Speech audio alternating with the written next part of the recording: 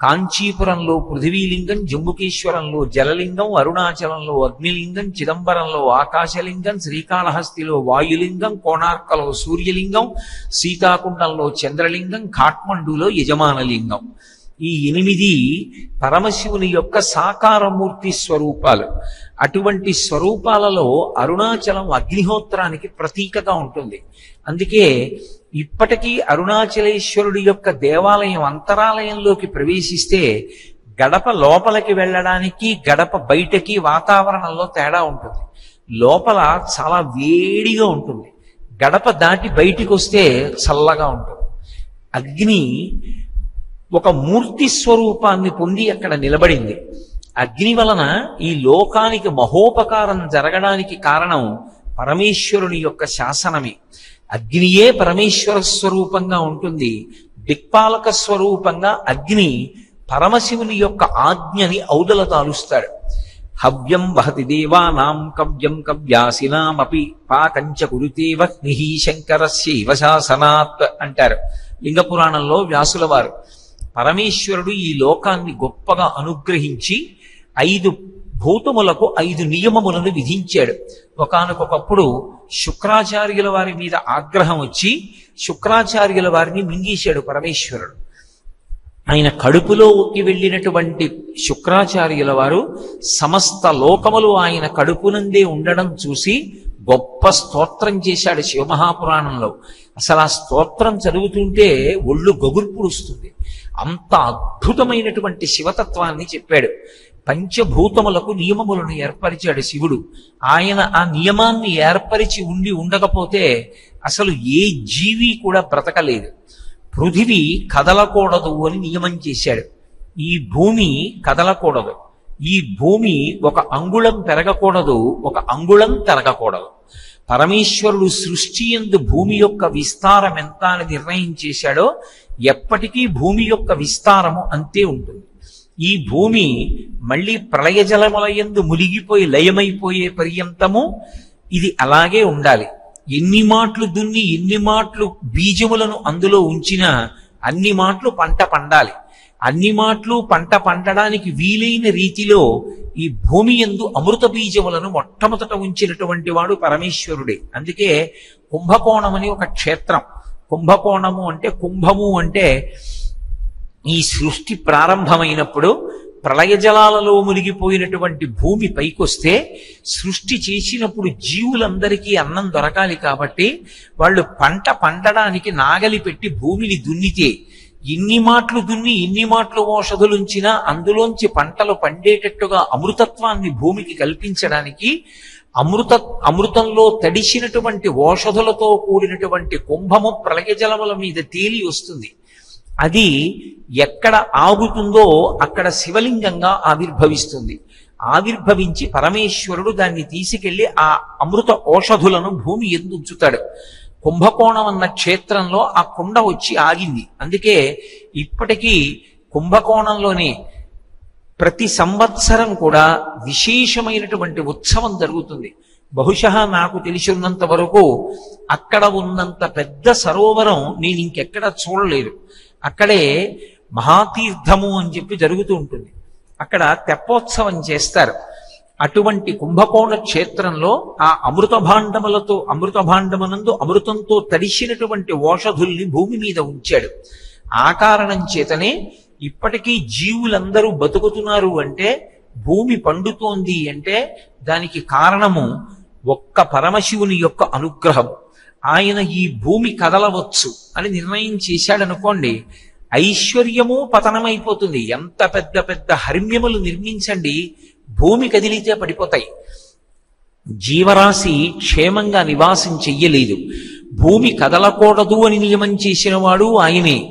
అలాగే నీటి యందు బ్రతికించగలిగినటువంటి శక్తిని నిక్షేపించినటువంటి వాడు పరమేశ్వరుడు. అందుకే నీటికి అధిష్టాన దేవతగా ఉన్నటువంటి పరమశివుడికి శర్వుడు అని పేరు. ఆయన యొక్క భార్యకి శర్వాణి అని పేరు. శర్వాణి 3 అక్షరాలతో ఆడపిల్లకి ఉంచడానికి పరమోత్కృష్టమైనటువంటి పేర్లలో ఒకటి శర్వాణి. ఇంట్లో శర్వాణి అన్న పేరుతో ఆడపిల్ల ఉండి శర్వాణి శర్వాణి అని ఆ పిల్లని 10 మాటలు పిలిస్తే చాలు, ఇంటికి మంగళాలు కలుగుతాయి. ఎందుకంటే శివలింగానికి 5 ముఖాలు ఉంటాయి. సజ్జోజాత అఘోర తత్పురుష వామదేవ ఈశానములని. ఇందులో ఉత్తర దిక్కుకి చూసేటటువంటి ముఖాన్ని వామదేవ ముఖం అంటారు. మంగళాయతనం దేవనం మంగళాయతనం దేవం అని ఆయన మంగళమూర్తి అయి ఎడమతొడ మీద అమ్మవారిని కూర్చోపెట్టుకుని జలములకు అధిష్టాన దేవత అయి ఉంటాడు. వేదంలో చెప్తారు, ప్రాణములను వెనక్కి తీసుకొచ్చేటటువంటి శక్తి కానీ, ప్రాణములను నిలబెట్టగలిగినటువంటి శక్తి కానీ ఆ క్షణంలో దేనికి ఉంటుంది అంటే ఒక్క నీటికే ఉంటుంది. అందుకే నీరు లేకపోతే త్వరగా చనిపోతాడు. అన్నం తినకపోతే జ్వరం వచ్చి అన్నం తినలేదనుకోండి, కసిని పాలు తాగితే శరీరం బలంగానే ఉంటుంది. కానీ లోపలికి వెళ్ళిన నీరు చాలా తొందరగా బయటికి వెళ్ళిపోతోంది అనుకోండి, అతిసారంగానో వాంతులుగానో వెళ్ళిపోతుంటే అతను ఇంటి పట్టున ఉండడం కుదరదు. వెంటనే వైద్యుణ్ణి సంప్రదించి లోపల నీరు నిలవ ఉండేటట్టుగా చూసుకోవాలి. నీరు ప్రాణధారకము అని పిలుస్తారు. ప్రాణములు దేని చేత నిలబడతాయి అంటే కేవలము నీటి చేతనే నిలబడతాయి. అలా నిలబెట్టగలిగినటువంటి ఆ నీటిని పరమేశ్వరుడు సృష్టి చేస్తాడు. అందుకే నీటి యందు విశేషమైనటువంటి శక్తులు ఉంటాయి. నీటికి పురిటికాలం ఉంటుంది. ప్రకృతిలో ప్రతి వస్తువుకి పురిటికాలం ఉంటుంది. పురిటికాలంలో ఇంట్లో ఆడదానికి పురుడు వస్తే ఆ పురిటి గదిలోకి పురుషుడు ఎలా వెళ్ళడో, పురుడున్న ఇంట్లో ఎలా జాతాశౌచం ఉంటుందో, అలాగే పురిటి కాలంలో ఉన్నటువంటి ప్రతి చెట్టుకి ప్రతి వస్తువుకి కూడా స్పృశించడానికి కానీ దాన్ని మనం పుణ్య సంపాదన కొరకు కానీ వాడడానికి వీలు లేదు. నదులకన్నిటికీ పురిటి కాలం శ్రావణ మాసం. కొత్త నీరంతా వచ్చి చేరుతుంది. శ్రావణ మాసంలో ఎక్కడా నదీ స్నానం చేయకూడదు. ఎవరైనా శ్రావణ మాసంలో నదీ స్నానం చేస్తే నదీ స్నానం చేశాడని పుణ్యం ఇవ్వరు, వ్యతిరిక్త ఫలితం ఇస్తారు. అలాగే చింతకాయ ఉంటుంది, చింతకాయకి పురిటి కాలం ఉంటుంది. పురిటి కాలమునందున్న చింతకాయని తిన్నటువంటి వాడికి జీర్ణశక్తి మందగిస్తుంది, మందగించి అజీర్ణ వ్యాధి ప్రబలుతుంది. ఒక్కొక్క వస్తువుకి వేదం ఒక్కొక్క పురిటి కాలాన్ని నిర్ణయించింది. నదులకు విశేషమైనటువంటి శక్తితో ఉంటాయి. ఎందుచేత అంటే చంద్రుని యొక్క కిరణములలోంచి అమృత ప్రసారం అవుతూ ఉంటుంది. అందుకే ఆయనకి సుధాకిరణుడు అని పేరు. ఆ అమృతపు ధారలే శివలింగం మీద పడుతూ ఉంటాయి. పడినప్పుడు ఆ అమృత ధారల చేత శివలింగం తడుస్తుంది, బ్రహ్మాండ స్వరూపంగా శివలింగం ఉన్నప్పుడు. అలాగే లలాటే లావణ్య జ్యుతి విమలమాభాతి తమయత్తని శంకర భగవత్పాదులు సౌందర్యలహరి చేస్తూ చంద్రుడిలోంచి స్రవించేటటువంటి అమృత ధారల గురించి చెప్తారు. అందుకే లోకంలో చూడగానే ఆబాల గోపాలానికి సంతోషం ఇవ్వగలిగినటువంటివి మూడు. ఒకటి ఏనుగు, 2 సముద్రం, 3 చంద్రుడు. అటువంటి చంద్రబింబాన్ని చూసి సంతోషాన్ని పొందని వాళ్ళు ఉండరు. అందుకే సాధారణంగా చంద్రుడి గురించి చెప్తే శంకరాచార్యుల వారు ఎప్పుడు వాడినా కూడా హిమకరహ అంటుంటారు. హిమకరహ అంటే చల్లని కిరణములు కలిగినటువంటి వాడు, లోకాన్నంతటినీ సేద తీరుస్తాడు. ఆయన కిరణములలోంచి వచ్చేటటువంటి అమృతతత్వాన్ని నీరు లాక్కుంటుంది. నదికి ఆ శక్తి ఉంటుంది. నది ఏర్పడడం గురించి వేదంలో అద్భుతమైనటువంటి ప్రస్తావన ఉంటుంది. ద్యులోకము అని ఆకాశంలోంచి వర్ష రూపంలో పడుతున్నప్పుడు మెరుపులలో ఉండేటటువంటి కాంతిని తాను పుచ్చుకుని నేల మీద పడి ప్రవహిస్తూ చంద్రుడి నుండి అమృతత్వాన్ని గ్రహిస్తుంది. అందుకే ప్రవాహంగా వెళ్ళిపోతున్నటువంటి నదిలో అంటే ఓ నిలబడినట్లుగా ఉన్నట్లు కాకుండా ప్రవహించి వెళుతోంది అనుకోండి, స్త్రీ పురుషుడు కూడా ఒకలా స్నానం చేయకూడదు నదిలో. నదికి అభిముఖంగా నిలబడి పురుషుడు చెయ్యాలి, నదికి వాలువైపుకి నిలబడి స్త్రీ స్నానం చెయ్యాలి తప్ప ఇద్దరూ ఒకవైపుకి తిరిగి స్నానం చేయకూడదు. ఆ తెల్లవారుజామున ఆ నదీ స్నానం చేసినట్లయితే నీటిలో ఉన్నటువంటి అమృతత్వాన్నంతటినీ కూడా చంద్రకిరణముల నుంచి స్రవించినటువంటి సుధాధారాలను పొందినటువంటి నీరు మనుష్యుని యొక్క శరీరంలోకి తేజస్సుని నింపుతుంది. అందుకే స్నానం అంటే మజ్జనం అని పేరు. మజ్జనం అంటే యథార్థమునకు స్నానం చేశాడు అని ఎప్పుడు పిలుస్తారంటే తల మునగాలి, తల మునిగితేనే స్నానం అంటారు. మనం నదికి వెళ్ళామనుకోండి స్నానానికి, తల ముంచుతాం. మళ్ళీ తల ముంచడం కూడా మన ఇష్టం వచ్చినట్టు తల ముంచకూడదు. తలని ఇష్టం వచ్చినట్టు నీటిలో ముంచితే ప్రమాదం ఏర్పడుతుంది. అందుకని అలా ముంచకూడదు. ఎందుకంటే చిన్న చిన్న క్రిములు ఉంటాయి, అవి తల ముంచినప్పుడు చెవుల గుండా లోపలికి వెళ్ళిపోతాయి. లోపలికి వెళ్ళిపోయాయంటే ఒక్కొక్కసారి మస్తిష్కాన్ని చేరుతాయి, ప్రమాదాలు ఏర్పడతాయి. అందుకే వేదం నదీ స్నానాన్ని ఎలా చెయ్యాలో కూడా నిర్వచనం చేసింది. ఈ 2 చేతి బొటన వేళ్ళు తీసుకుని కుంభకం చెయ్యాలి. అంటే కుంభకం అంటే దీర్ఘ కుంభకం చెయ్యలేం మనం అని ఊపిరి బాగా పీల్చి ఈ 2 బొటన వేళ్లతో 2 నాసారంధ్రములను మూసుకుంటారు. ఈ 2 పెద్దగా ఉన్నటువంటి పొడుగు వేళ్లు తీసి చెవుల యొక్క ఈ 2 భాగాలని వంచేస్తారు. మృదులాస్థి అంటారు. అంటే ఎముకలతో ఉంటుంది చెవి చర్మం, కానీ మృదులాస్థి, వంగుతాయి ఎముకలు. వాటిని ఈ 2 వేళ్లతోటి మూసుకుంటారు. ఈ ముక్కు రంధ్రాల్ని ఈ 2 వేళ్లతో చెవి రంధ్రాల్ని మూసి నదిలోకి 3 మాటలు తలని ముంచి తీసి మళ్ళీ ఊపిరి కోసం ప్రాణం కొట్టుకునే లోపల పైకెత్తేయాలి. ఎత్తి ఈ చేత్తో ముక్కు నుంచి నీరు తుడుచుకుని ఊపిరి తీసేసుకోవాలి. వెంటనే ప్రాణాలని ఖేద పెట్టేటటువంటి అధికారం మనకి లేదు. అలా నదీ స్నానం చెయ్యాలి. చేసినట్లయితే ఈ మూర్ధన్య స్థానం నీటిలో మునుగుతుంది. మునిగితే ఈ ద్వారం గుండా శక్తిని పుంజుకుని నదిలో ఉన్నటువంటి అమృతత్వాన్ని తన శరీరంలోకి గ్రహిస్తాడు. అందుకే నదీ తీరంలో ఉండేటటువంటి వారికి, నదీ జలాలు తాగేటటువంటి వారికి సాధారణంగా ధారణాశక్తి ఎక్కువగా ఉంటుంది. ప్రతిరోజు నదిలో స్నానం చెయ్యగలగడం ఒక గొప్ప అదృష్ట విశేషం. అధమాధమైనటువంటి స్నానము అని దేన్ని చెప్తామంటే, ఈ తల ముంచడానికి అవకాశం లేక ఏదో ఒక చెంబుతోటో పాత్రతోటో నీరు తీసి తలమించి పోసుకుంటే అధమాధమైనటువంటి స్నానం చేశాడు అంటారు. ఎందుకంటే తల ముంచడానికి అవకాశం లేదు కాబట్టి నీరు తీసి తలమించి పోసుకుంటారు. అసలు యథార్థమునకు నీటి యందు తల ముంచినదే స్నానం. అలాగని గిన్నెలు చెంబులు పెట్టి అందులో తల ముంచకూడదు. ప్రవాహమునందు చెరువులో కానీ నదిలో కానీ మాత్రమే స్నానం చెయ్యాలి. కాబట్టి నీటి యందు పరమేశ్వరుడు అంత శక్తిని నిక్షేపించడం కాదు, నీటికి ఒక ధర్మం పెట్టాడు. ఎందుచేత అంటే నీరు కదలాలి. నీరు కదలలేదనుకోండి, పృథివీ కదలకూడదు. నీరు కదలాలి. నీరు కదలకుండా పృథివీలాగే నిలబడిపోయిందనుకోండి, ఇక ఎక్కడ ప్రాణులు బ్రతకరు.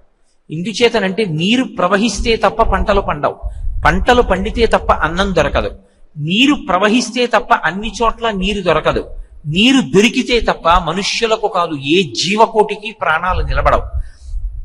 అలా నీరు నిలబడాలి అంటే నీరు ప్రవహించి వెళ్ళాలి.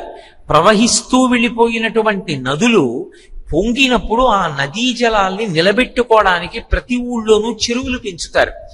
అనేకమైనటువంటి చెరువులతో ఉండేవి పూర్వం ఊళ్ళు. ఈ ప్రవహించిన నదీ జలాలు కట్ట తెంచుకున్నప్పుడు చెరువులలోకి వెళ్ళి చెరువులలో నిలవగా ఉండిపోతాయి.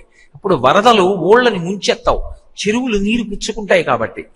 కాబట్టి నదీ జలములు ఎప్పుడూ ప్రవహించాలి. పరమేశ్వరుడి శాసనం ఏమిటంటే, నీరు ప్రవహించినప్పుడు ఎప్పుడూ కూడా కిందకి వెళ్ళాలి తప్ప పైకి ఎక్కకూడదు. నీరు అగ్నిహోత్రం అయితే పైకి ఎక్కాలి తప్ప కిందకి వెళ్ళకూడదు. పరమేశ్వరుడు అలా శాసనం చెయ్యలేదనుకోండి ఈ 2 భూతములకు, అసలు మనం ఎవ్వరం ఒక క్షణం కూడా ఈ భూమి మీద బతకలేం. నీటికి పైకెక్కే లక్షణం ఉందనుకోండి, అక్కడ ఆ కాళేశ్వరం పక్కన ప్రవహిస్తున్నటువంటి గోదావరి, మంథని గౌతమేశ్వర దేవాలయం పక్కన ప్రవహిస్తున్న గోదావరి పల్లంలోకి వెళ్ళదు. అది ఎక్కిందనుకోండి, ఇక ఈ మంథని గ్రామం ఎక్కడ ఉంటుంది? మంథని గ్రామం ఏమిటి? సముద్రం పొంగితే సముద్రం ఎక్కిందనుకోండి, ఇక విశాఖపట్నంలో తీర ప్రాంతంలో ఉన్నటువంటి ఊళ్ళు ఎక్కడ ఉంటాయి? నీరు పల్లమెరుగు నిజము దేవుడెరుగు అంటారు. అందుకే నీరు పల్లం వైపుకు మాత్రమే ప్రవహించాలి తప్ప నీరు పైకి ఎక్కడానికి వీల్లేదని పరమేశ్వరుడు శాసనం చేశాడు. అలా శాసనం చేశాడు కాబట్టే వెంటనే ప్రాణాలు నిలబడడానికి యోగ్యంగా ఎప్పుడు కడుపుని కిందకుంచి నోటిని పైకుంచుతాడు శరీర నిర్మాణంలో. విశ్వకర్మ మనుస్త్వష్టస్తవిష్టస్థవిరోధ్రువ అని ఏ ప్రాణి కడుపున ఏ ప్రాణి పుట్టాలో పరమేశ్వరుడే నిర్ణయం చేస్తాడు. మనుష్యుని కడుపున మనుష్యుడు పుట్టాలి, కుక్క కడుపున కుక్క పుట్టాలి, పిల్లి కడుపున పిల్లి పుట్టాలి, పంది కడుపున పంది పుట్టాలి. ఏ ప్రాణి పుట్టనివ్వండి, ప్రాణాలు నిలబడడానికి నీరు పుచ్చుకోగానే అది వెంటనే ప్రాణస్థానములను నిలబెట్టడానికి పల్లానికి వెళ్ళిపోవాలి. కాబట్టి కడుపు కిందకుంటుంది. కడుపు పైకి పెట్టి నోరు కిందకి పెట్టాడు అనుకోండి, మీరు ఆలోచించండి అసలు ఎలా ఎక్కుతుంది నీరు? ఎవడూ బ్రతకడు. ఈశ్వరుడు ఉన్నాడు అని నమ్మాలనుకున్న వాడికి దాహం వేస్తే తెలుస్తుంది. దాహం ఈ ఊళ్ళో పైన ఏం జరుగుతోందో నాకు కనపడుతుంది, నా లోపల నీరైపోయిందని నాకు తెలుస్తుందా? తెలియదు. ప్రాణములు తమ తమ స్థానములు తప్పిపోవడానికి సిద్ధపడిపోతుంటే నీళ్లు లేవు కాబట్టి ఇక మేము ఇందులో ఉండలేము, పిండాండంలో మేము పైకి లేచిపోతామని ప్రాణములు సిద్ధపడతాయి, నీరైపోతాయి. అప్పుడు పరమేశ్వరుడు అని ఒకసారి ఊపిరి పీల్చాననుకోండి, ప్రాణ అపాన వ్యాన బుధాన సమాన నాగ కూర్మ కృకర ధనంజిగ దేవదత్తములని 10 రూపాలుగా విడిపోతాడు. విడిపోయి ప్రాణము శరీరాన్ని నిలబెడతాడు. అపానము తినకూడనివి తిన్నాననుకోండి, కడుపు లోపల మంట పుట్టి సున్నితమైనటువంటి అవయవములు దెబ్బ తినకుండా దుర్గంధ భూయిష్టమైనటువంటి వాయువు అధోముఖంగా వెళ్ళిపోతుంది. అపానము అంటారు. వ్యానము అని ఒక వాయువు శరీరం పడిపోయిన తరువాత కూడా ఇంకా ఇది నాది అని చెప్పి పట్టు కూర్చుంటాడు జీవుడు. ఈ శరీరంలో ఇన్నాళ్ళు నేనున్నాను, ఇది నాది అని పట్టుకుంటాడు. దాన్ని వ్యానవాయువు అంటారు. అలా పట్టుకుంటే ఆ శరీరాన్ని విడిచిపెట్టి వెళ్ళిపోతే తప్ప అతనికి మళ్ళీ ఇంకో శరీరాన్ని ఇవ్వడం కుదరదు పరమేశ్వరుడికి. అలా విడిపించగలిగినటువంటి వాడెవరు అంటే ఒక్క కడుపున పుట్టినటువంటి కొడుక్కే అధికారం ఉంటుంది. కొడుకు పుట్టాలి కొడుకు పుట్టాలని ఎందుకు ఏడుస్తారంటే, వ్యానవాయువుని విడిపించగలిగిన వాడు, గయాశ్రాద్ధం పెట్టి తల్లిదండ్రులు పుణ్యం చేసుకోకపోయినా మోక్షం ఇవ్వగలిగినటువంటి వాడు, గోదానం చేసి పున్నామ నరకం తప్పించగలిగిన వాడు, ఇంట్లో సింహాసనానికి నీరాజనం ఇవ్వగలిగినటువంటి వాడు కొడుకు ఒక్కడే. ఆ అధికారం కొడుకుంటుంది కాబట్టే కొడుకు పుట్టాలని కోరుకుంటారు. వ్యానవాయువు శరీరాన్ని పట్టేసుకుంటే కొడుకు ఒక్కడే వచ్చి కూర్చుని కొన్ని మంత్రాలు చెప్తాడు. తెలిసో తెలియకో మా నాన్నగారు ఈ చేతులతో ఎన్నో దోషాలు చేశారు, కాళ్లతో చేశారు, కడుపుతో చేశారు, గుండెలతో చేశారు, మా నాన్నగారు చేసిన దోషములన్నీ విడిపోవుగాక అని జ్ఞాతుల అభివృద్ధి కోసం ఆనంద హోమం చేసి తండ్రి ఉద్దేశించి తల్లి కాని తండ్రి కాని ఒక మంత్రం చెప్తాడు. నాన్నగారు, అమ్మా ఇంకా ఈ శరీరాన్ని వదిలిపెట్టేసి, జర్జరీభూతం అయిపోయింది, వృద్ధాప్యం వచ్చేసింది దీనికి, ఇది ఇక పనికి రాదు. ఈశ్వరుడు వేరొక శరీరాన్ని ఇస్తాడు, ఆ శరీరంతో పుణ్యకర్మలు ఆచరించు, పితృదేవతా స్థానంలో నిలబడి నన్ను నీ మనవల్ని ఆశీర్వచనం చేయమని ఆనంద హోమం చేస్తాడు. అందుకే జ్ఞాతి 11 రోజుల అశౌచం. అప్పుడు ఆ వ్యానవాయువు వదిలిపెడుతుంది. శిథిలమైపోయి కూలిపోయిన ఇంటి గోడ మీద కూడా ఇది ఫలానా వారికి సంబంధించినది అని పేరు రాసుకున్నట్టే వ్యానవాయువు శరీరాన్ని పట్టుకుని ఉంటుంది. అభిమాన దేవత అంటారు. అదే నేను నేను అన్న అభిమానం ఉంచుతుంది. అది లేకోండి శరీరాలు నిలబడవు. నా దిక్కుమాలిన శరీరం, ఇది ఏం బాగుంది, ఏం అందంగా ఉంది, దీనికి ఎందుకు అన్నం పెట్టడం అన్న భావన వచ్చింది అనుకోండి, ఆ శరీరం నిలబడదు. కుష్ఠరోగగ్రస్తుడు కానివ్వండి, చీము నెత్తురు కారిపోయి వేళ్లు కూడా ఊడి కింద పడిపోతూ ఉండనివ్వండి, తాను మాత్రం తన శరీరాన్ని తాను పోషించుకుంటాడు. తన శరీరం మీద తనకి అభిమానం ఉంటుంది. శరీరాభిమాన దేవతగా వ్యానవాయువుగా శంకరుడు పరిపాలన చేస్తాడు ఈ శరీరాన్ని. ప్రాణ అపాన వ్యాన ఉదాన వాయువు అని ఒక వాయువు ఉంటుంది. ఎప్పుడైనా ఒక గృహస్థాశ్రమ ధర్మాన్ని నిర్వర్తిస్తున్నప్పుడు పితృరుణాన్ని తీర్చుకోవాలి. తనని తన తండ్రి ఎలా కన్నాడో తాను కూడా సంతానాన్ని కనాలి. సంతానాన్ని కనడానికి ధర్మక్షేత్రాన్ని స్వీకరిస్తాడు. కామాన్ని ధర్మంతో ముడివేస్తే కొడుకు కూతురు అనే 2 అర్థములు ఏర్పడతాయి. కూతుర్ని కన్యాదానం చేస్తే దశాపరేషాం దశ పూర్వేషాం, 10 తరాల ముందు 10 తరాల వెనక వాళ్ళు తరిస్తారు. కొడుకుని కంటే స్నాతకం చేస్తాడు, ఇందాక నేను చెప్పిన ఫలితాలు వస్తాయి. అందుకని ఇప్పుడు ప్రత్యుత్పత్తి చెయ్యడానికి, తను ఒక సంతానాన్ని పొందడానికి తన శరీరమునందు విశేషమైనటువంటి సంతోషము అంకురించిన నాడు శరీరంలోనే ఉండేటటువంటి కొన్ని ప్రత్యేకమైనటువంటి అవయవములు వాయువు ప్రవేశించినటువంటి కారణం చేత కొంత మార్పు చెంది శరీరంలో తేజోరూపమైనటువంటి వీర్యము విడుదల కావడానికి సహకరిస్తుంది. దాని చేత భార్యలో ఉన్న రేతస్సు, పురుషుని యొక్క వీర్యము, శుక్రశోణితములు ఏకమై తనలాంటి కుమారుడు జన్మిస్తాడు. వేదంలో చెప్తారు, హృదయస్థానము నుండి తేజస్సు పురుషుడికి కదిలిందనుకోండి, కొడుకు పుడతాడు. హృదయస్థానము నుండి కదలకుండా శరీరాంగముల నుండి కదిలిందనుకోండి, ఆడపిల్ల పుడుతుంది. కాబట్టి అలా కొడుకుని కానీ కూతుర్ని కానీ కనడానికి వీలుగా శరీరంలో ఉన్న కొన్ని అవయవములు ఆ సమయమునందు మార్పు చెందేటట్టుగా సహకరించడానికి ఉదాన వాయువు పనికొస్తుంది. ఆ ఉదాన వాయువుగా నిలబడేటటువంటి వాడు పరమేశ్వరుడు. అందుకే ప్రాణ అపాన వ్యాన ఉదాన సమాన శరీరావయవములన్నీ సమానంగా పెరగాలి. ఎప్పుడో చిన్నప్పుడు మా అమ్మగారు ఈ శరీరాన్ని కన్నారు. కుడి చెయ్యి 6 నెలలు పెరిగి ఎడం చెయ్యి 6 నెలలు పెరుగుతుంది అన్నాడు ఈశ్వరుడు. 2 చేతులు సమానంగా పెరుగుతాయి, తెల్లవారితే గోళ్లు సమానంగా పెరుగుతాయి, వెంట్రుకలు సమానంగా పెరుగుతాయి. ఎక్కడ ఏది పెరగాలో ఏది పెరగకూడదో కూడా ఈశ్వర శాసనం. కనుబొమ్మ మీద వెంట్రుకలు ఉన్నాయనుకోండి, ఒక స్థాయి మించి పెరగకూడదు. కను రెప్పకి వెంట్రుకలు ఉన్నాయనుకోండి, సాధారణంగా వెంట్రుక వాలుతుంది. ఒక్క కనురెప్ప వెంట్రుక మాత్రం వాలడానికి వీల్లేదు. ఇలా ఉండి కెరటంలా ఇలా పైకి లేస్తుంది. అలా పైకి లేస్తుంది కాబట్టి రక్షణ కోసం కంచె వేసినట్టు కను రెప్ప ఇలా మూసుకుంటే వెంట్రుకలు ఇలా పైకి లేచి నిలబడతాయి.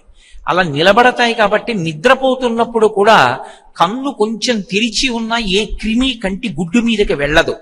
అంత రక్షణ వ్యవస్థ పెట్టాడు. ఈ వెంట్రుకలు, కనురెప్పకున్న వెంట్రుకలు ఒక స్థాయి దాటి ఇక పెరగకూడదు. అవి అలాగే ఉండాలంతే పెరిగి. వాటిని కత్తిరించవలసినటువంటి అవసరం ఏర్పడదు. కాబట్టి సమానమనేటటువంటి వాయు రూపంతో శరీరంలో ఏవి ఎలా పెరగాలో అలా పెరిగేటట్టుగా నియంత్రణ చేస్తాడు. ప్రాణ అపాన వ్యాన ఉదాన సమాన నాగ. నేను ఏదో కార్యక్రమాల ఒత్తిడితో కడుపు లోపలికి పదార్థం వెయ్యకుండా తిరుగుతున్నాను అనుకోండి, నీ లోపల పదార్థం లేదు, శరీరం నీరసపడిపోతుంది. నీరసపడితే స్పృహ తప్పిపోతుంది. కాబట్టి లోపల వెంటనే పదార్థం పడై దాన్ని లోపల జీర్ణం చెయ్యాలి, సమయం పడుతుంది శక్తి అందించడానికి.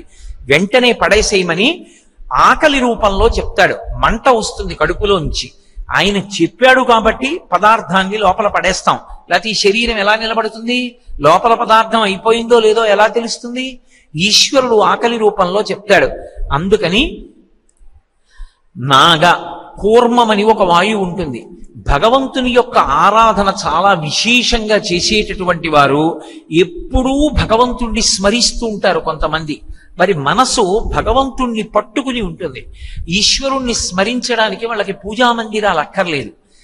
బాగా కడుపు నిండా అన్నం తిన్నవాడికి త్రేణుపులు ఎలా వస్తాయో అలా అంతటా నిండి నిబిడీకృతమైపోయినటువంటి పరమాత్మతత్వాన్ని అనుభవించినటువంటి కారణం చేత ఎప్పుడూ భగవంతుణ్ణి స్మరిస్తూ ఉంటుంది ఆ మనసు. అది స్మరించడానికి ప్రత్యేకంగా ఏమీ పుస్తకమో మందిరమో అక్కర్లేదు. పానీయంబులు త్రాగుచున్ కొడుచుచున్ భాషించుచున్ హాసలీలా నిద్రాదులు చేయుచున్ తిరుగుచున్ లక్షించుచున్ సంతత శ్రీనారాయణ పాద పద్మయుగళీ చింతామృతాస్వాద సంధానుండై మరచన్ సురారిచుతుడే తద్విశ్వమున్ భూవరా అంటారు ప్రహ్లాదుడు భాగవతంలో. భగవంతుణ్ణి స్మరించడానికి ఒక కారణం ఉండదు. ప్రహ్లాదుడు నీళ్లు తాగుతూ, ఈశ్వర నీటికి ప్రవహించే శక్తి పెట్టి కడుపు ఇక్కడ పెట్టావు, లేకపోతే ఏమైపోదును. పానీయంబులు త్రాగుచున్ కుడుచుచున్, అన్నం తింటూ, ఈశ్వర ఎంత గొప్ప విశేషం. కఠినంగా ఉండేటటువంటి ఓషధుల్ని బియ్యం తీసుకొచ్చి నీటితో కలిపి అగ్ని మీద తప్తం చేస్తే అవి ఉడికి మెత్తగా తయారై కఠినమైనటువంటి దంతములు నోటిలో ఉండి నాలుక తోస్తూ ఉంటే వాటితో బాగా నమలబడి మెత్తగా తయారవుతుంది.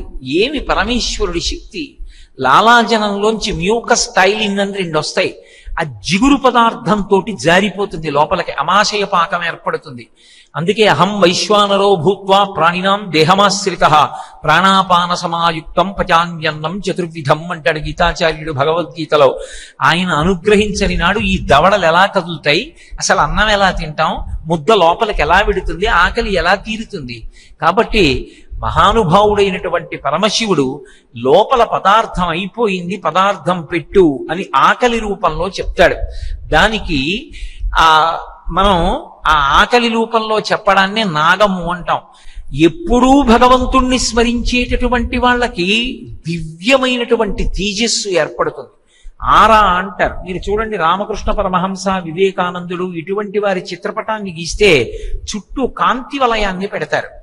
అలా ఒక్కొక్కరి యందు విశేషమైనటువంటి కాంతి వలయం ఉంటుంది. వారి ముఖాన్ని పట్టుకున్నటువంటి దీప్తిని బట్టి వారు ఎంత ఉపాసనా తత్పరులో అర్థమవుతుంది. కొంతమంది తెల్లవారి లేస్తే చారెడు మందు బిళ్ళలు నోట్లో వేసుకుని మింగుతారు అనారోగ్యం అని. కానీ వాళ్ళ తేజస్సు చూస్తే ముఖంలో ఎంత కాంతి ఉంటుందో. ఆ కాంతికి కారణం ఏమిటి అంటే భగవంతుని యొక్క స్మరణ, భగవంతునికి అంత దగ్గరగా ఉన్న భక్తి. ఆ భక్తి విశేషం చేత అంత తేజస్సు వస్తుంది. దాన్ని కూర్మము అంటారు. కృకరము అని వేరొక వాయువు ఉంటుంది. ఆ ప్రాణ అపాన వ్యాన ఉదాన సమాన నాగ కూర్మ కృకర అది త్రేణుపునిస్తుంది. అంటే నాలుక కడుపుకి శత్రువు ఎప్పుడు. ఎందుకంటే కడుపు లోపల 3వ వంతు మాత్రమే ఘన పదార్థం ఉండాలి, 3వ వంతు నీరు ఉండాలి, 3వ వంతు గాలి తిరగడానికి చోటు ఉండాలి. అలా ఉండకుండా కడుపు ఎందుకు నిండుతుంది అంటే నాలుకకి లొంగిపోతాడు మనుష్యుడు. జిహ్వచాపల్యానికి లొంగిపోయి రుచిగా ఉందని ఇంకా ఇంకా ఇంకా తింటాడు. అదంతా వెళ్ళి కడుపులో చేరిపోతుంది. ఇంకా తినాలనిపిస్తుంది. ఇంకా తింటున్నాడు అనుకోండి, ఇక తినవద్దు, లోపల చోటు లేదు. నువ్వు అంత తింటే జీర్ణం చేయడం సాధ్యం కాక అనారోగ్యం వస్తుంది, కాబట్టి ఇక తినవద్దు అని త్రేణుపు రూపంలో చెప్తాడు. వాయువు పైకి త్రేణుపుగా వస్తుంది. కృకర వాయువు అంటారు దాన్ని. నాగ కూర్మ కృకర ధనంజయ. ధనంజయమని ఒక వాయువు ఉంటుంది. అది పిండాండాన్ని బ్రహ్మాండంలోకి కలుపుతుంది. లేకపోతే భయానకమవుతుంది ఈ భూమి అంతా కూడా. ఎవరు అసలు బయటికి రాలేరు. పడిపోయినటువంటి ప్రాణులన్నీ అలాగే ఉండిపోయాయి అనుకోండి, అవి ఏవి మార్పు లేకుండా కాష్టభూతములైపోయి కర్రల్లా అయిపోయి అలాగే ఉండిపోయాయి అనుకోండి. ఈ మంథని గ్రామంలో ఇప్పటికి ఎన్ని కుక్కలు చచ్చిపోయి ఉంటాయి, ఇన్ని జీవులు చచ్చిపోయి ఉంటాయి. ఆ జీవులు ఏవి కూడా అలాగే ఉండిపోయాయి అనుకోండి, బిగిసిపోయి.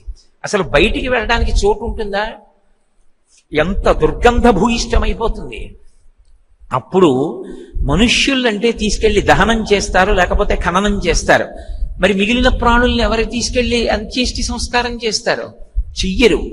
భగవంతుడే లోపలికి ధనంజయ వాయువు యొక్క రూపంలోకి వెడతాడు. వెళ్ళి ఆ శరీరం ఉబ్బిపోతుంది. ఉబ్బిపోయి బద్దలైపోతుంది.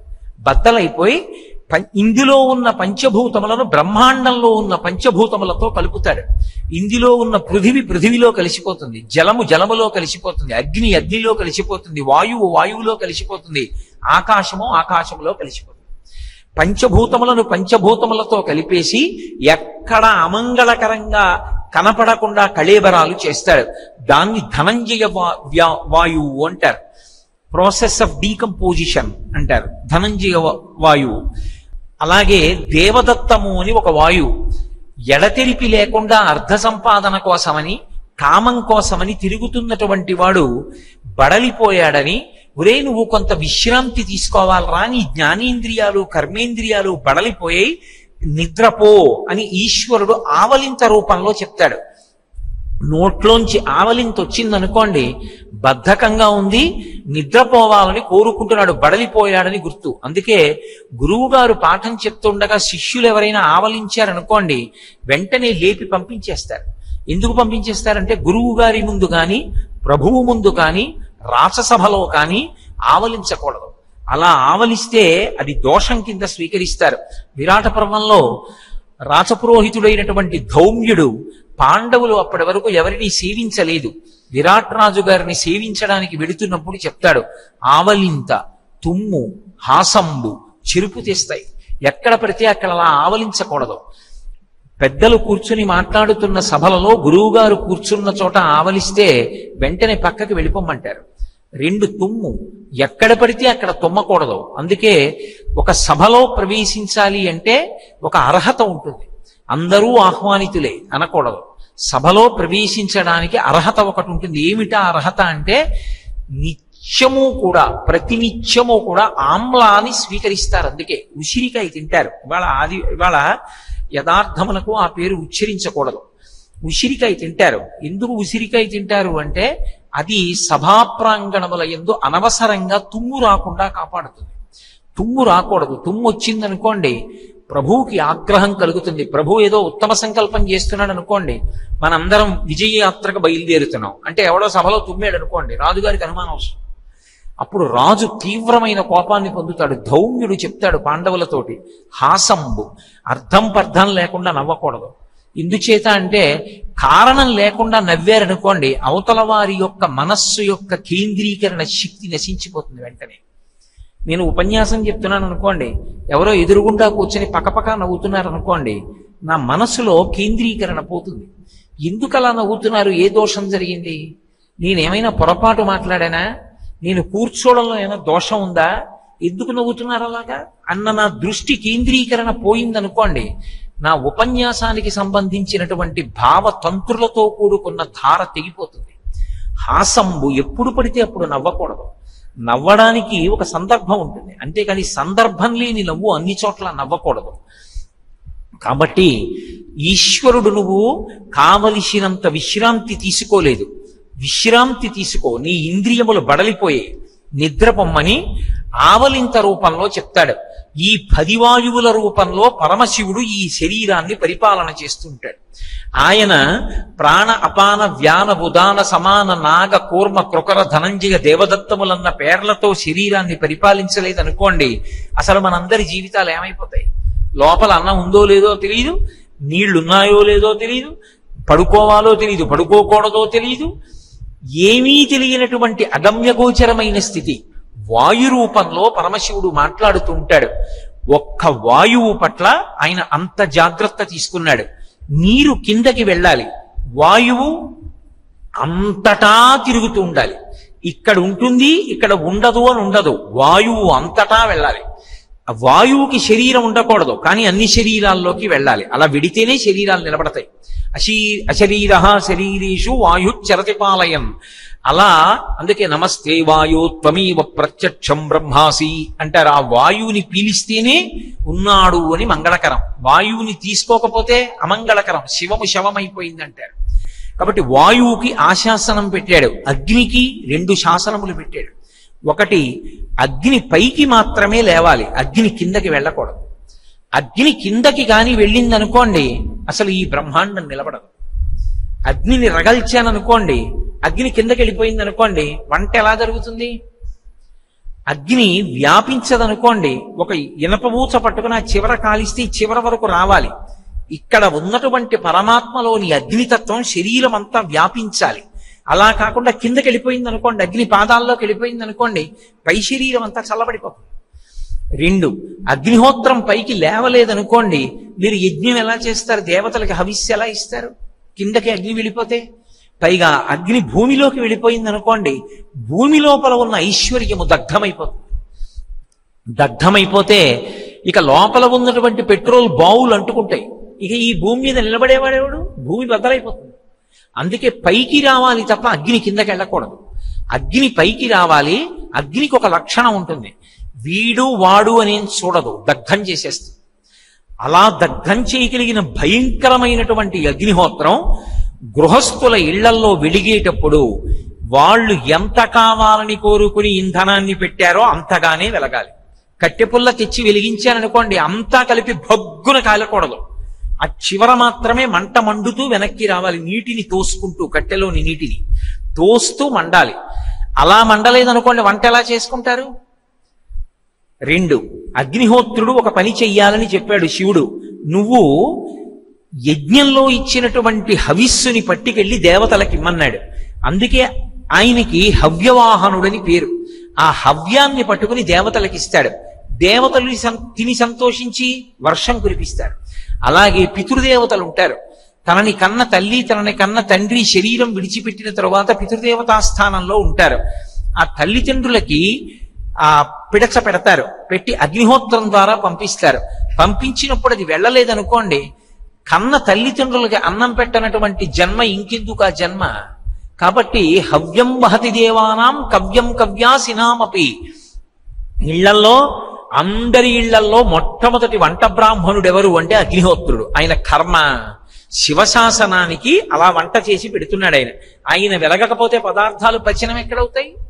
ఇప్పుడు నేను ఈ ఉపన్యాసం చెప్పి మధ్యాహ్నం అయ్యేటప్పటికి కడుపు ఖాళీ, అప్పుడు తీసుకొచ్చి నాకు ఇంత అన్నం పెట్టాలి అంటే అగ్నిహోత్రుడు పచనం చేయకపోతే అన్నం ఎక్కడి నుంచి వస్తుంది? మీకైనా నాకైనా. ప్రతి ఇంటిలో వంట బ్రాహ్మణుడై వంట చేసి పెడతాడు శివశాసనం మేరకు. దేవతలకు హవిస్సు పట్టుకెడతాడు, పితృదేవతలకు కవ్యాన్ని పట్టుకెడతాడు. హవ్యం వహతి దేవానాం కవ్యం కవ్యాసినామపి పాకంచ కురుతే వహ్ని శంకరస్యైవ శాసనాత్. లింగపురాణంలో వ్యాస భగవానుడు చెప్తాడు. అలా పృథివికి ఆపస్ తేజో వాయు ఆకాశము అంతటా పరివ్యాప్తమయ్యుండి ఎవరికీ అడ్డు రాకుండా ఉంటుంది. అలా ఉండేటట్టుగా ఆకాశభూతము, ఈ పంచభూతములకు పరమేశ్వరుడు అటువంటి శాసనాన్ని చేశాడు. అలా శాసనం చేశాడు కాబట్టి అన్నీ కూడా నిలబడతాయి. అగ్ని 2 రకములైనటువంటి అగ్ని ఉంటుంది వేదాంతంగా. నేను మాట్లాడేది ఆ ఉపాసనకి సంబంధించినటువంటి అగ్ని గురించి మాట్లాడటం లేదు, నేను తత్వ సంబంధమైన అగ్ని గురించి మాట్లాడుతున్నాను. ఒకటి భౌతికమైనటువంటి శరీరాలు నిలబడడానికి కావలసినటువంటి అగ్ని. రెండవ అగ్ని ఇక మళ్ళీ శరీరంలోకి రావలసిన అవసరం లేకుండా చెయ్యగలిగిన అగ్ని. ఒకటి బాహ్యమునందు కనపడుతుంది, అది దగ్ధం చేస్తుంది. అగ్ని అన్నది ఎక్కడ ఉన్నా సరే దగ్ధం చేస్తుంది, అంటే దాన్ని బూదిగా మార్చేస్తుంది. అగ్ని స్పర్శ పొందితే ఇక మారడానికి అవకాశం లేని పదార్థంగా మారిపోతాడు, బూది అయిపోతుంది. ఇక బూది ఏమవుతుంది? ఏమీ అవదు. రెండవది జ్ఞానాగ్ని. జ్ఞానాగ్ని దేని చేత రగులుతుందంటే, జ్ఞానాగ్ని దేని చేత కలుగుతుంది అంటే, కేవలముగా భక్తితో కూడిన కర్మాచరణ చేత ప్రీతి పొందినటువంటి భగవంతుని యొక్క అనుగ్రహం చేత జ్ఞానము కలుగుతుంది. భక్తితో కూడిన కర్మాచరణం అంటే ఏదైనా చేసేటప్పుడు ఇది భగవంతుడికి అందాలి, ఆయన ఉన్నాడు, ఆయన్ని సేవిస్తున్నానన్న భావనతో చెయ్యాలి తప్ప ఏదో అర్థం పర్థం లేకుండా ఇవన్నీ నేనే చేశానన్న అహంకారంతో చేసిన వాటిని ఈశ్వరుడు పుచ్చుకోడు. పత్రం పుష్పం ఫలం తోయం యోమే భక్త్యా ప్రయచ్చతి. భక్తితో ఇచ్చినది ఏదో అదే పుచ్చుకుంటాడు ఆయన. ఇందులో చమత్కారం ఏమిటంటే, భక్తితో కూడిన కర్మాచరణము అన్న మాట మీకు అర్థం అవ్వాలంటే నేను ఒక్క ఉదాహరణ చెప్తే మీరు పట్టుకుంటారు. భర్త గారు ఇంకో గంటలో ఇంటికి వస్తాడు, ఆకలితో వస్తాడు, అన్నం పెట్టాలి భార్య. అయ్యో ఆయన అంత కష్టపడి వస్తారు, ఆయనకి అంత అన్నం పెట్టాలని చెప్పి రోట్లో కాస్త ఉసిరికాయ పచ్చడి చేసింది, ఏదో చారు పెట్టింది, కూర వండింది, పులుసు పెట్టింది. ఇప్పుడు అసలు ఇవన్నీ కలుపుకోవడానికి అన్నం ఉండాలి. ఆ అన్నం వండాలి అంటే ఏదో ఆ బియ్యాన్ని కడిగి ఓ పాత్రలో పోసి, ఏ పాత్రతో బియ్యం పోసిందో పాత్రకి 2 కొలతల నీళ్లు పోసి, అగ్ని మీద అది ఉడికే పర్యంతము మూత పెట్టి చూసి ఉడికింది అన్న తర్వాత అప్పుడు ఆ గంజి వార్చేస్తే లోపల ఉన్న ప్రతి బియ్యపు గింజ మెతుకైపోయిందా లేదా? పోని అది మరిచిపోయామండి మేము, గంజి వార్చడాలు అవి ఇప్పుడు ఎక్కడున్నాయంటే, పోనీ ప్రెషర్ కుక్కర్లో పెట్టి గ్యాస్కెట్ పెట్టి మూత పెట్టి వెయిట్ పెట్టి అగ్నిహోత్రం మీద వెలిగించినప్పుడు స్టవ్ ఒక్కటే మరిచిపోయారనుకోండి వెలిగించడం, ఉడుకుతుందా? అగ్ని ప్రధానం. అగ్ని వెలిగిందనుకోండి, కుక్కర్ కూత కూసిన తర్వాత అన్ని బియ్యపు గింజలు అన్నం అయ్యాయా అని అనుమానపడక్కర్లేదు. అన్ని బియ్యపు గింజలు అన్నం అయిపోతాయి, ముక్కలున్నా అన్నం అయిపోతాయి. ఒక కూత చేత లోపల ఉన్న బియ్యపు గింజలన్నీ అన్నం అయిపోయాయని చెప్పినట్టే, భక్తితో కర్మ చెయ్యగా చెయ్యగా ప్రీతి పొందిన పరమేశ్వరుడు జ్ఞానం ఇస్తాడు. ఆ జ్ఞానము కలిగిన నాడు ఇక అంతటా పరమేశ్వరుడే కనపడతాడు. ఆ స్థితిలో ఇక కర్మాచరణం ఉండదు. ఆ జ్ఞానాగ్ని ఎవరియందు మేల్కొంటుందో, ఎవరియందు రగల్చబడుతుందో అటువంటి వాడు ఇక మళ్ళీ పుట్టవలసినటువంటి అవసరం ఉండదు. అటువంటి మహాజ్ఞానులు కొన్ని కోట్ల కోట్ల కోట్ల మందిలో ఎవరో ఒక్కడుంటాడు. అటువంటి వాళ్ళే, అటువంటి వాళ్ళలో లెక్కించదగినటువంటి వారిలో మహాపురుషులు ఈ మధ్య కాలం వరకు ఉన్నటువంటి వారు భగవాన్ రమణ మహర్షి. భగవాన్ రమణ మహర్షి అరుణాచల క్షేత్రంలోనే ఉండేవారు. వారు కారణజన్ములు. ఇప్పుడు అరుణాచలం అన్న పేరు విని అక్కడికి వెళ్ళిపోయారు. ఎన్నడూ వారికి శరీర స్పర్శ లేదు, ఆత్మగా నిలబడి ఉండేవారు. అసలు శరీరం అన్న దానితో ఆయనకి తాదాత్మ్యత ఉండేది కాదు. ఎవరైనా ఆయన దగ్గరికి వెళ్ళి రాత్రి బాగా నిద్రపోయారా అని అడిగితే, ఓ ఇది బాగా నిద్రపోయిందనేవారు. ఇది బాగా నిద్రపోతే మీరు, నేను ఆత్మ, ఈ శరీరం నిద్రపోవడాన్ని సాక్షిగా చూస్తున్నాను తప్ప నేను నిద్రపోవడానికి ఆత్మకి నిద్ర లేదు. ఆయన ఎప్పుడూ ఆత్మభావనగానే ఉండేవారు తప్ప ఆయన ఎన్నడూ నేను శరీరం అనుకోలేదు.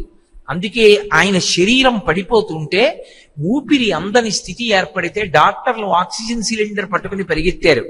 వద్దు వద్దని సంజ్ఞ చేసి కొన్ని వేల మంది చూస్తుండగా ఆయన శరీరంలోంచి దివ్యమైనటువంటి జ్యోతి బయటికి వచ్చి అందరి మధ్యలోంచి పైకెక్కి అరుణాచలానికి ప్రదక్షిణం చేసి ఆ అరుణాచలంలోనే ప్రవేశించి అంతర్ధానమైపోయింది. అరుణాచలం పరమశివుడు కాబట్టి ఆ పరమశివుని యందే ఐక్యం అయిపోయింది. అరుణాచల క్షేత్రం అంత గొప్పది అని స్కాందం. ఒక్కసారి అరుణాచల క్షేత్రంలో అడుగు పెడితే చాలు. కానీ ఒక నియమం ఉంటుంది. అరుణాచలం వెళ్ళేటటువంటి వారు ఎప్పుడూ కూడా నేను ఇంతటి వాడను అన్న భావన మాత్రం మనసులో ఉండడానికి వీల్లేదు.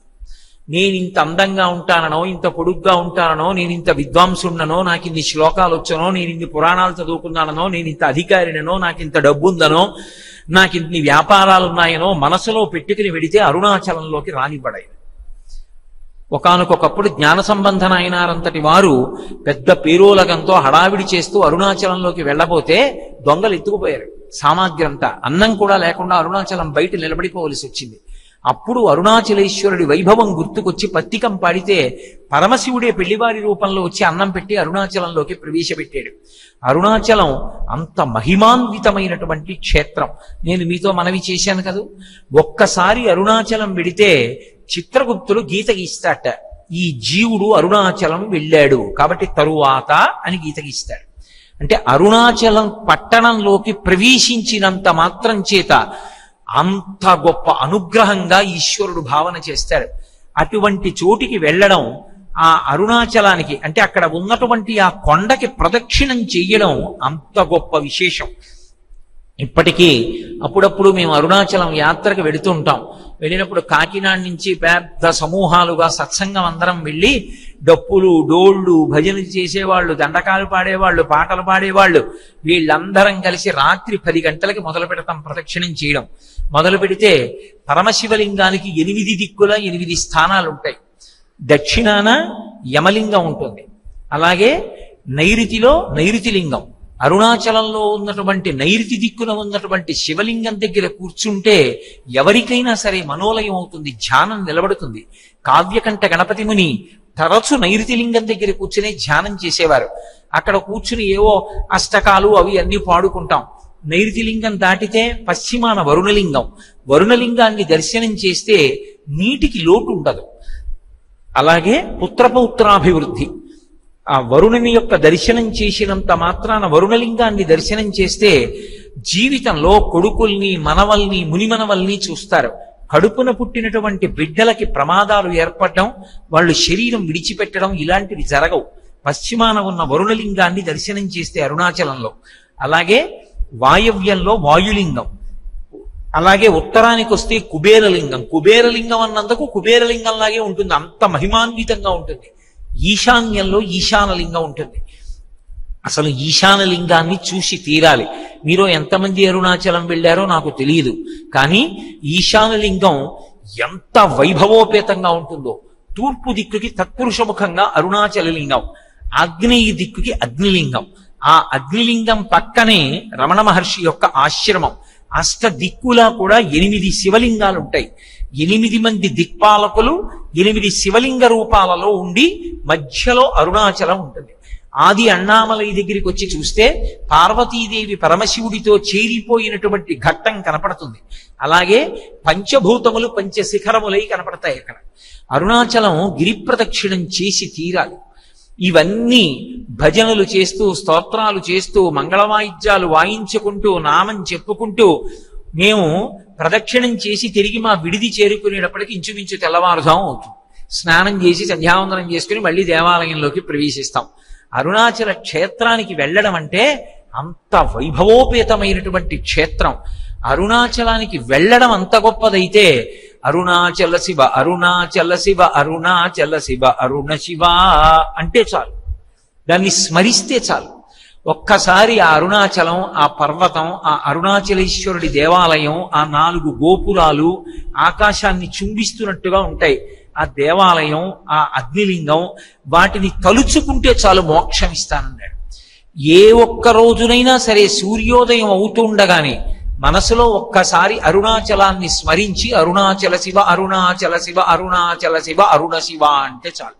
స్మరించాలి అంటే మీరు ఒకటి గుర్తుపెట్టుకోండి, ఎప్పుడు కూడా అన్నం తినడం ఎలా ఉంటుంది అని నన్ను అడిగారు అనుకోండి, బియ్యాన్ని ఉడికిస్తారు, అరిటాకులో వేస్తారు, కొంచెం నెయ్యి అభిగారం చేసుకుని అందులో పప్పు వేసుకుని కలుపుకుంటే మెత్తగా అవుతుంది.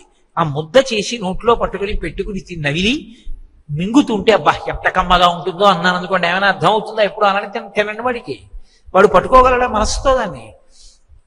ఒక్క అన్నం ముద్ద తిన్నాడు అనుకోండి, మనసుకి అన్నం ముద్ద తినడం ఎలా ఉంటుందో చెప్పక్కర్లేదు. ఒక్కసారి అరుణాచలం వెళ్ళి గిరి ప్రదక్షిణం చేశారనుకోండి, అసలు గిరి ప్రదక్షిణంలో ఉన్న అనుభూతి ఏమిటో అర్థం అవుతుంది. ఒకసారి గిరి ప్రదక్షిణం చేశారనుకోండి, మనసు పట్టేసుకుంటుంది, ఇలా ఉంటుంది అరుణాచలం అని. పట్టుకుందనుకోండి, మీరు అరుణాచలం అనగానే తీసుకొచ్చి చూపిస్తుంది, ఇదిగో ఇలా ఉంటుందని స్మరణలో చూపిస్తుంది ఆ బింబాన్ని. ఆ బింబాన్ని చూడగానే ఒకసారి స్మరించగానే ఆ రోజు పుణ్యతమమవుతుంది. అలా స్మరించిన వాడు ఎవరుంటాడో వాడికి మోక్షం ఇస్తాను చాలా అని అడిగాడు. పరమ సంతోషాన్ని పొందింది మనుష్య జాతి. చాలు చాలు ఈశ్వర, ఇంకింతకన్నా ఏం అనుగ్రహించాలి? మహానుభావుడు దర్శనాద భ్రసదసి జననాహత్ కమలాలయే కాశ్యాంతు మరణాం ముక్తి స్మరణాత్తు అరుణాచలే అని కలియుగంలో అనుష్ఠానం బాగా చేసుకోలేనటువంటి వాళ్ళని అనుగ్రహించడానికి 4 మోక్షకారకములుగా పరమేశ్వరుడు నిర్ణయం చేశాడు. అలా నిర్ణయం చేయడం అంటే వైదికంగా జీవనం చెయ్యక్కర్లేదు, ఇష్టం వచ్చినట్టుగా పాపభూయిష్టమైన జీవనం చేసి ఓసారి అరుణాచలం వెళ్ళొచ్చి అరుణాచలాన్ని స్మరించమని కాదు దాని ఉద్దేశ్యం. ధర్మమునందు అనురక్తి పొందమని. నేను ఎలాగైనా ధార్మికంగా జీవించాలన్న తాపత్రయం ఒకటి ఉంటే భగవంతుడు దాన్ని పెంచి పోషించి కాపాడతాడు. రామకృష్ణ పరమహంస చెప్పినట్టు గోడకి గొల్లతనం ఉంటే కదూ మీకు దిగడం, అసలు గోడకి గొల్లతనమే లేదనుకోండి ఇంకా మీకెక్కడ దిగుతుంది? అందుకే పరమశివుడు ఒక్కడే మోక్షమునకు ప్రదాత, ఆయన ఒక్కడే మోక్షాన్ని ఇస్తాడు.